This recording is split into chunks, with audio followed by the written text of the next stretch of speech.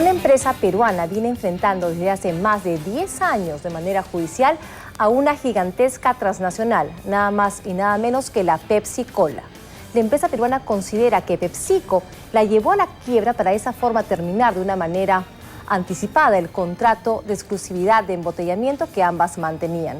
Como usted se imaginará, en estos largos años de batalla legal que involucran más de 500 millones de dólares ha habido de todo: demandas, contrademandas, medidas cautelares y hasta denuncias penales. El informe completo nos lo trae nuestro colega y amigo Augusto Sondijk.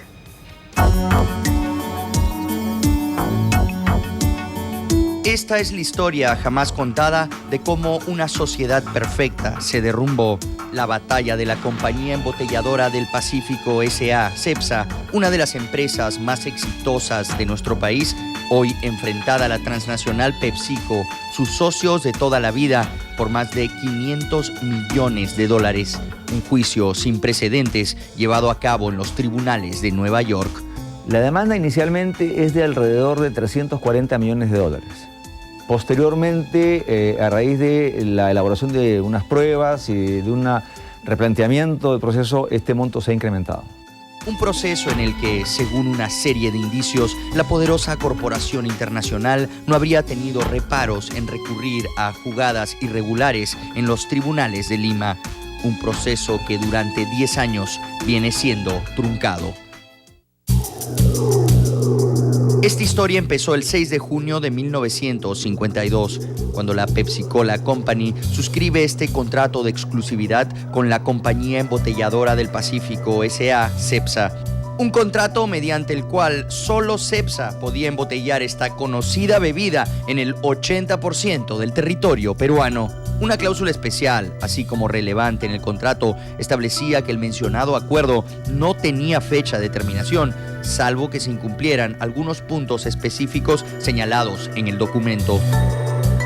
Este tipo de contratos exige una inversión muy importante y por lo tanto son contratos que están sometidos a un plazo indefinido a fin de que esa magnitud de inversión pues, sea justificada.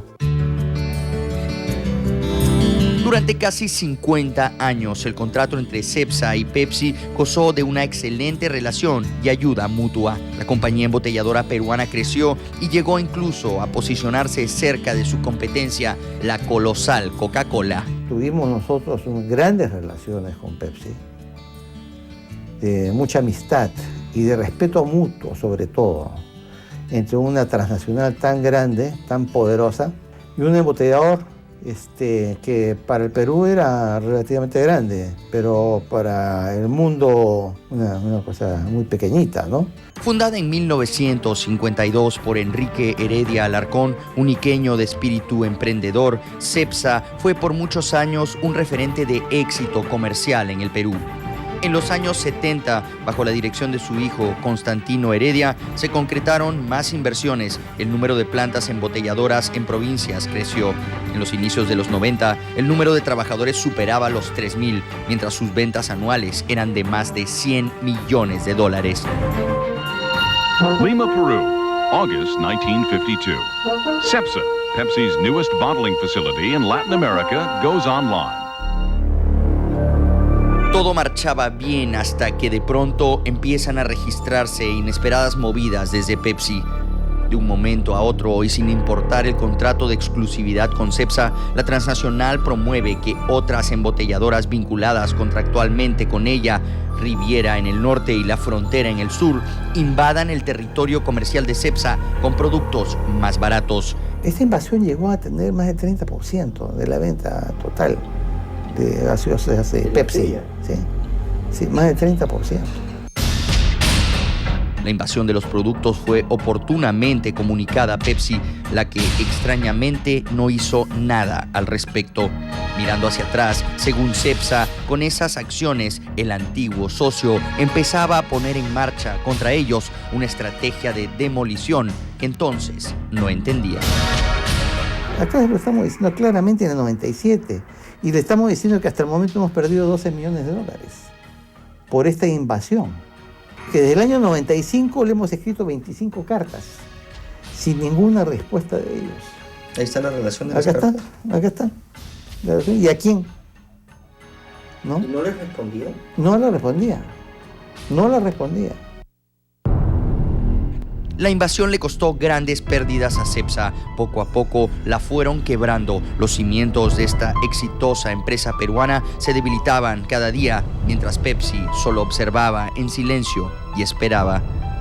Esta relación tan buena que teníamos con los ejecutivos de Pepsi se fue al tacho.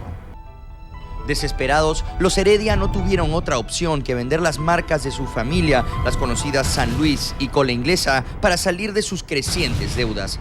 Las marcas fueron ofrecidas a Pepsi, que se negó a comprarlas.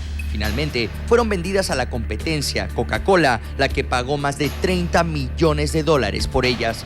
Todo ese dinero fue invertido nuevamente en Cepsa.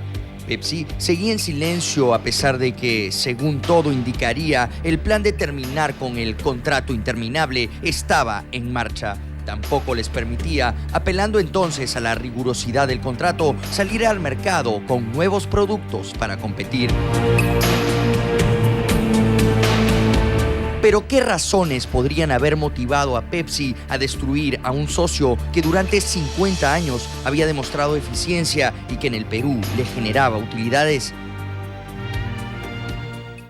Al inicio de los 90, la gigantesca Pepsi empezó a tener una serie de problemas en Latinoamérica. Malas inversiones en México y Argentina, así como la pérdida de su embotelladora estrella venezolana a manos de Coca-Cola, generaron un clima de preocupación del cual el Perú no estuvo ajeno.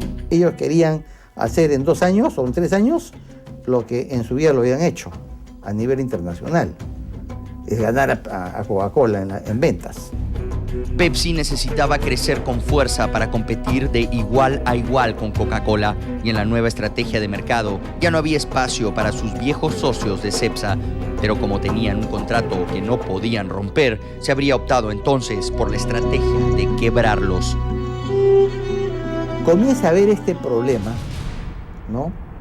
Que a las finales se convierte en una estrategia de Pepsi, ¿no?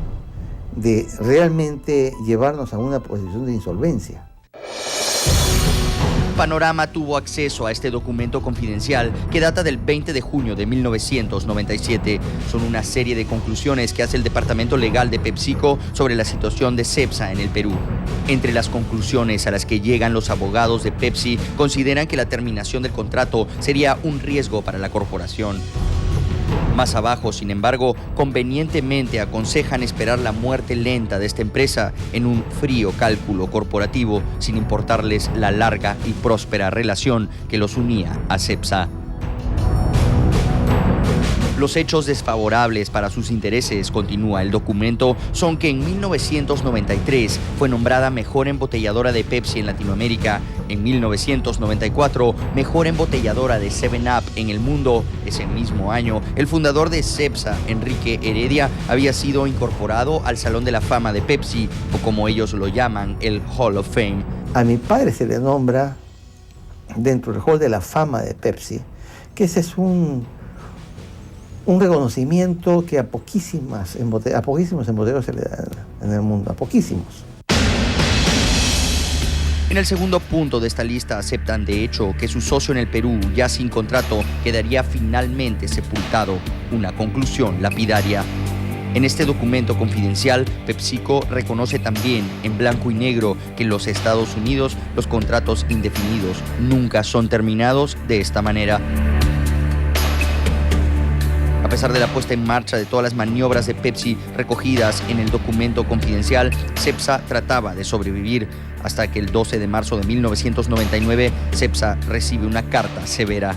En esta, PepsiCo da por terminado el contrato indefinido, quitándole así a Cepsa su razón de ser, al perder el 70% de su negocio.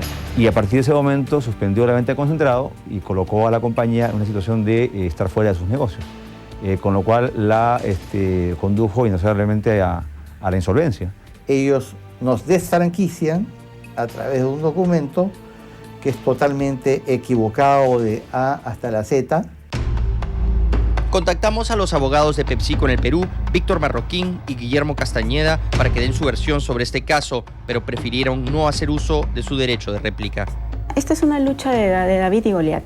El juicio en Nueva York se encuentra actualmente trabado debido a una serie de maniobras legales irregulares destinadas a dilatar el proceso desde el Perú, ejecutadas por los abogados de PepsiCo en nuestro país. Ruleteo de demandas, abuso de medidas cautelares, jueces que aceptan demandas a pesar de que sus juzgados no tienen competencia para ellas, maniobras con claros indicios de corrupción que van incluso en contra de los propios códigos de conducta mundial que exhibe la transnacional en su página web. Desde el 2001 hasta la fecha, los abogados de Pepsi han presentado más de 40 acciones legales, todas destinadas a detener el juicio en Nueva York. Espero que los tribunales y la justicia americana tome nota de estas acciones, ¿no? Y sobre todo de que se trata de una transnacional que está haciendo uso del Poder Judicial en el Perú, está festinando resoluciones judiciales. Aquí hay actos de corrupción gravísimos. Toda la confusión generada a partir de los líos legales en el Perú ha paralizado el juicio en los tribunales de Nueva York desde hace 10 años. Pero el juicio sigue vivo. En Nueva York, los representantes de CEPSA tienen fe en que algún día la Corte podrá pronunciarse sobre el fondo de todo este asunto. ¿Tenía derecho PepsiCo de resolver un contrato indefinido? There have been rulings by courts, multiple courts in Peru, ordering the case to be stayed. Those cases were brought by PepsiCo on various grounds and in various courts in Peru. And the latest one, you know, when does this? About 6 months ago, and the Second Circuit Court of Appeals, because we're now on appeal in New York, is the court that actually entered that stay order based on the proceedings in Peru. We are very hopeful that one day we will have a hearing on the merits before an impartial jury in New York City, and we're looking forward to that. Si tanto tiene la razón, ¿qué miedo tiene?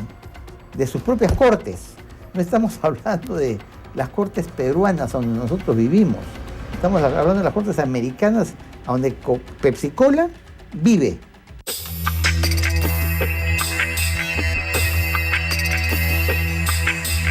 Así luce la planta de CEPSA hoy.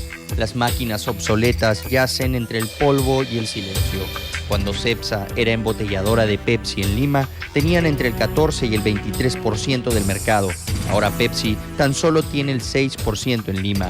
Rivera y Frontera también quebraron y ahora Brahma Ambev les hace el favor de embotellar sus productos, ya que su principal interés es la guerra de la cerveza. La pregunta inevitable es, ¿cuál fue el negocio?